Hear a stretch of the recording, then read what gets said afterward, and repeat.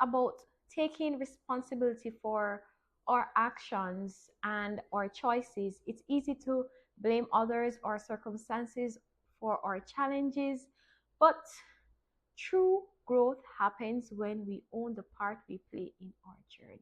Girl, you got it. You make it look easy. Switch it up and stay in your lane. Girl, you got it. And they can't tell you nothing because you're gonna do it.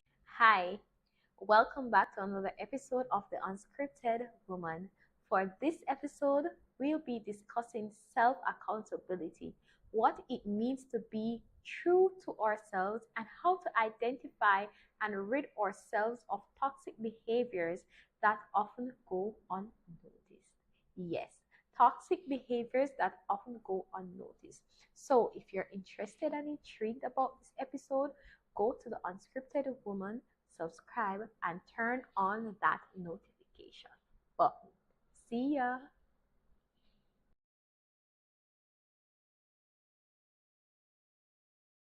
So we will start by understanding mindfulness, right? Let's start by understanding what does it mean to be mindful. At its core, mindfulness is about being present in the moment, fully engaging with our thoughts, our feelings, and surroundings without judgment. So it's less of being absent-minded, but feeling yourself within the moment or surrounding that you're present at. So think about it.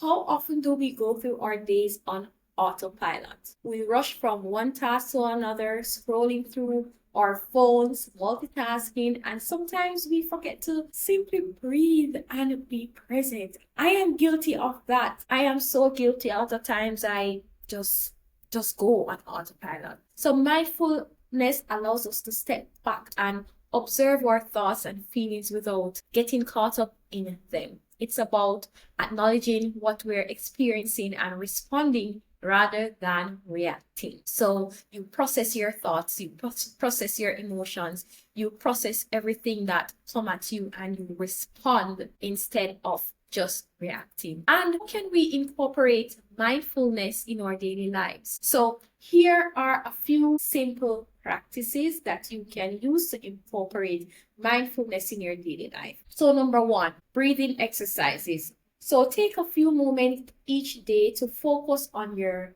breathing. Inhale deeply for a count of 4. Hold. Exhale for 4. This simple practice can ground you in the present moment. So in the mornings, whether when you just wake up or when you're on your way to work or just in the moment, just breathe. When things come at you on a daily that you do not expect or things just come at you unexpectedly and you don't know how to react, just breathe. Inhale, exhale, and be in tune and be in touch with your self, your inner self. Number two, so mindful walking. So whether you're in a park or just moving from your car to your office or taking a few moments to truly notice your surroundings. Mindful walking, whether you want to get up and exercise in the mornings, whether you want to exercise in the evenings, whether it's just the little things, guys. So to feel the ground beneath your feet, listen to the sounds around you, and appreciate the beauty of the moment. So it's more of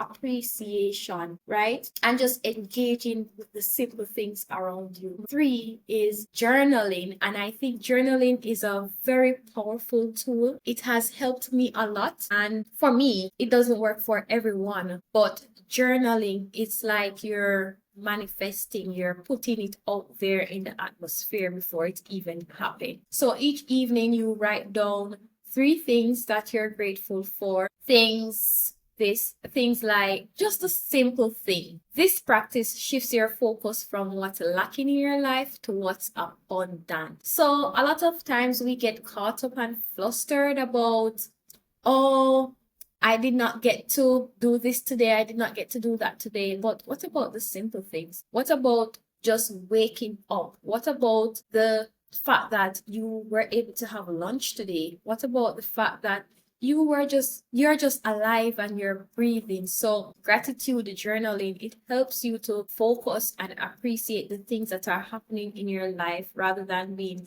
bombarded and cluttered and not appreciating the small things and just focusing on next, what's next. So gratitude in journaling.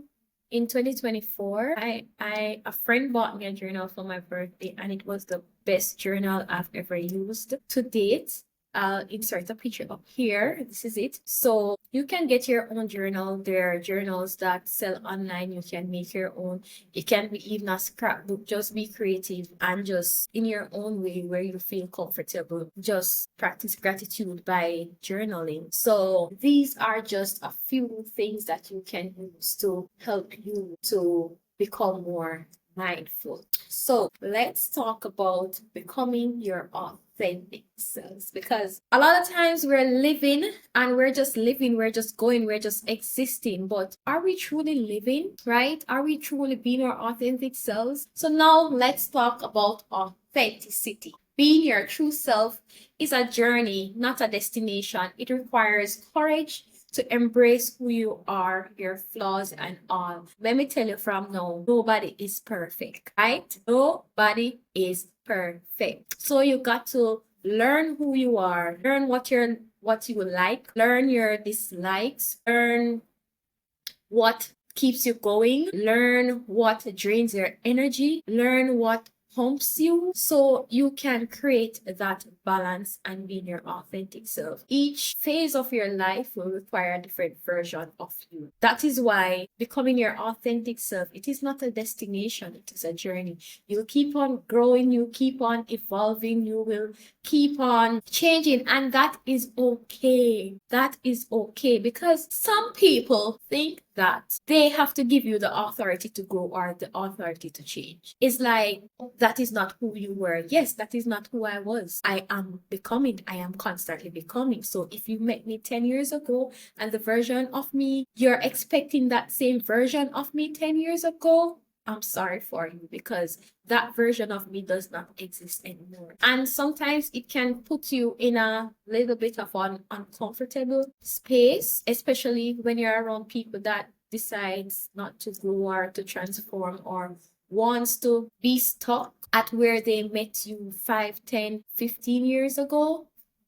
And you find yourself having to shift, not out of saying that, oh, you're better than, but you're growing and it requires a different version of you. Where you are now in life requires a different version of you.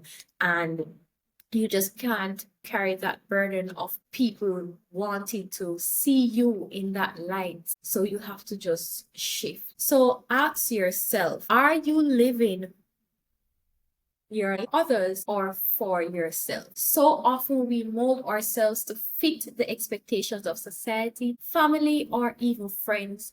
But true empowerment comes from embracing your unique identities and values. And as I always tell you, comparison is the stealer of all joy. So you cannot compare yourself, you cannot compare your journey to my journey, right? You are unique in your own way, and I cannot be you, you cannot be me. What is unique about you? That is why it is unique. It is specific to you. So just practice those. Do what it takes to become your authentic self and continue becoming, continue. You will embrace mindfulness. So here are some strategies that will help you connect with your authentic self. So number 1, self-reflection. Spend time in quiet reflection. Ask yourself deep questions like, what brings me joy? What are my passions? Journaling can be a powerful tool for this, as I said before, because oftentimes, as I said before, we just exist and not live. So we do not know our passions. We do not know what we enjoy. It's like we're just on a survival mode, right? We're just surviving, and you never take the time to like sit in a quiet space to appreciate I have a talent. I am going to develop on this talent. I can draw. I am going to nurture this talent and I'm going to develop on it. Oh, I can sing. I am going to nurture this talent and I'm going to develop on this talent. What these are questions that you should ask yourself to embody your self and becoming your authentic self. And another tool that you can use is embrace vulnerability. This is somewhat tricky, by the way, because not everyone you want to be in a vulnerable position with or be in a vulnerable spot with, right? So you have to be careful with this one because it's okay to be vulnerable. We're all humans, but it is who you're vulnerable around, right? As Riri says, fake it until you make it, but at the same time, it's good to be vulnerable, right? Embrace your vulnerability and to trusted friends, right? So share your true feelings with trusted friends or family, somebody that you hold close to it to you, that is not going to take it and hover it over your head, someone that can be a confidant to you. So this can create deeper connections and help you feel more grounded in who you are. Because at the end of the day, being vulnerable, it's going to help you to know that, look, I am not the only one going through this situation, or I am not the only one feeling this way or thinking this way. At least you know that there is someone else that is thinking the same way as you. And it gives you this peace of mind to say that I am not behind. Nothing is wrong with me. I am okay. Like, I am human. I will get well. I will be better mentally soon. So find that safe space to be vulnerable, let it out. And the third thing that I'm going to share with you is set boundaries. This one can be a little bit hard, especially when the ones who you love or the ones who you think that will support you does not support your boundaries, right? So you have to protect your energy by learning to say no. This is a big one because oftentimes especially when you're a giver or you're a selfless person, you find yourself overextending yourself and you do things not necessarily because you want to do it, but you do things just to please others or to make others feel happy within themselves. But are you happy with what you are doing, or are you happy with what has happened or what you agreed to, right? So set boundaries. It's okay to say no. It's okay to decline, like, I am tired, I need to rest. It's okay to take that time and reset and come. So it's okay to prioritize your needs and desires. Remember, you cannot pour from an empty cup. Because if you're empty, what can you give? What much can you give of yourself? And oftentimes we find ourselves overextending. So the next segment that we will touch on is the power of self-accountability. This can be somewhat hard because oftentimes we always think that I am perfect, nothing is wrong with me, you are the issue, you are the problem, and you're often blinded by your own toxic behaviors or your own toxic thoughts or your own toxicity, right?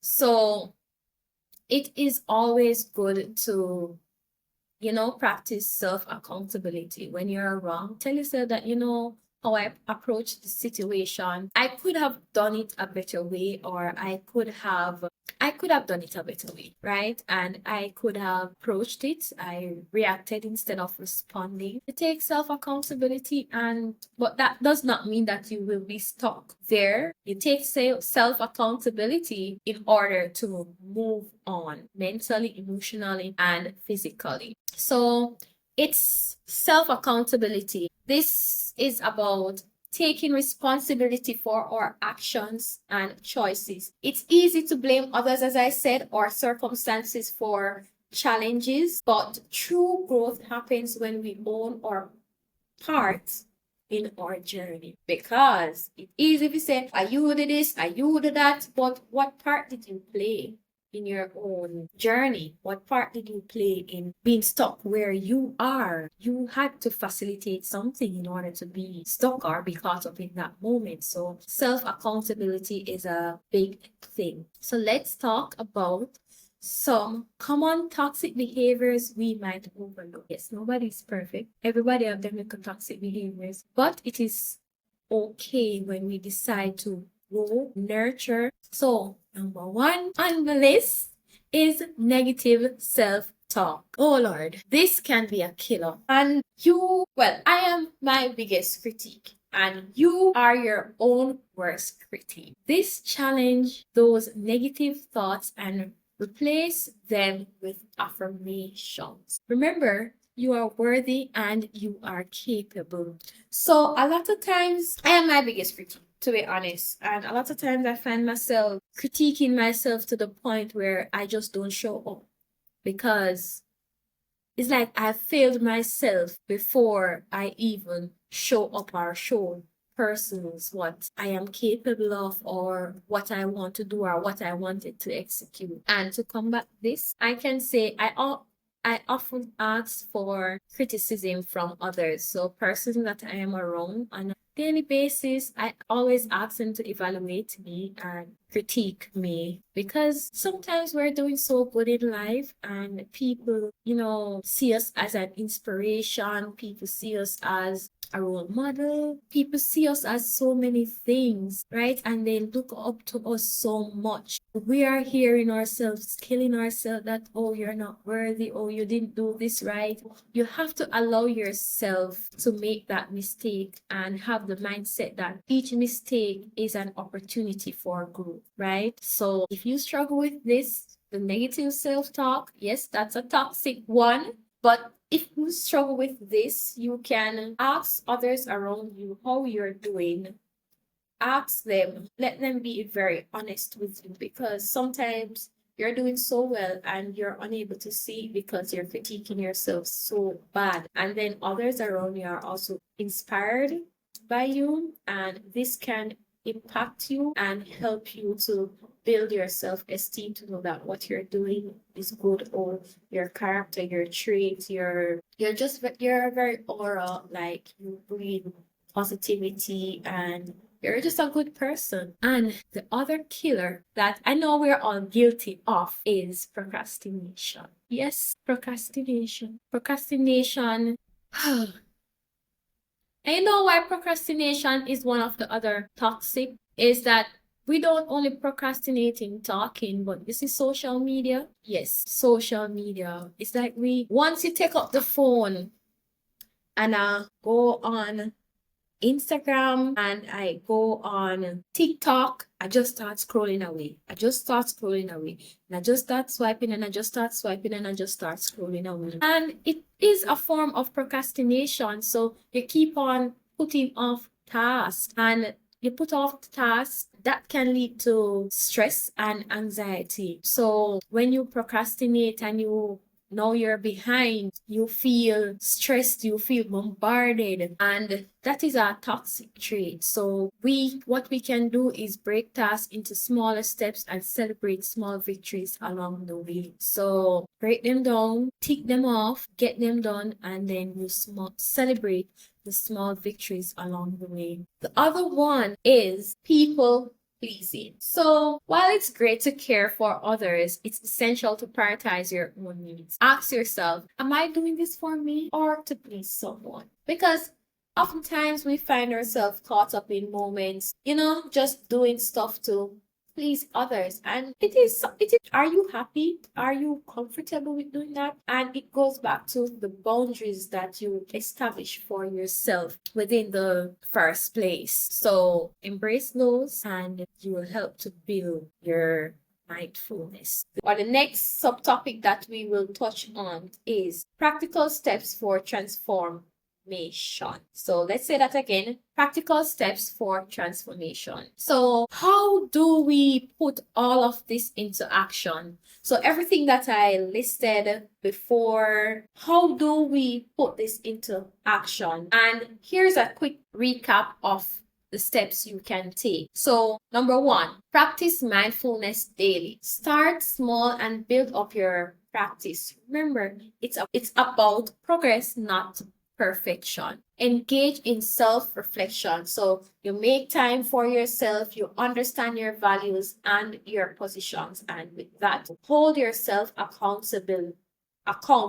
So you identify toxic behaviors and create a plan to address them. And surround yourself with supportive people who encourage your growth on a daily basis. And this will help you to combat the toxic and the negative self-talk. So remember, ladies, this journey is yours alone. Embrace it with love and compassion for yourself. So that is it, guys, on mindfulness and transformation. Thank you for joining me today on the Unscripted Woman. I hope you feel inspired to embrace mindfulness and authenticity in your life. Remember, the journey to becoming the best version of yourself is ongoing, and you are never alone on this path. So, if you enjoyed this episode, please subscribe, rate, and share with your friends.